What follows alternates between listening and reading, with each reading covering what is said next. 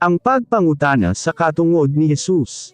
Marcos Kapitulo 11 versikulo 27, 33. Sa pag-abot nila sa Jerusalem, mibalik si Jesus sa templo. Ug samtang naglakaw siya sulod sa templo, miduol kanya ang kadagkoan sa mga pari, mga magtutudlo sa kasugoan, ug ang mga pangulo sa mga Hudyo. Nangutana sila kang Jesus, ansa ba ang imong katungod sa pagbuhat nining mga butanga dinhi sa templo?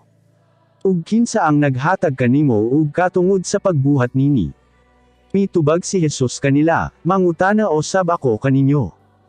Tubagauna ninyo ako, pagkahuman tubagan ko o sab ka mo kon ansay akong katungod sa pagbuhat nining mga butanga. Kang kinsa ba nagikan ang katungod ni Juan sa pagbautismo, sa Diyos ba o sa tao?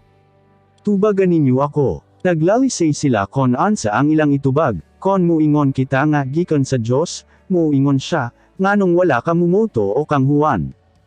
Apan kon muingon kita nga gikan sa tao, masuko ka nato ang mga tao. Nahadlok sila sa mga tao kay mito o manang mga tao nga si Juan propeta sa Diyos. Busa mitubag sila kang Jesus, wala kami masayod.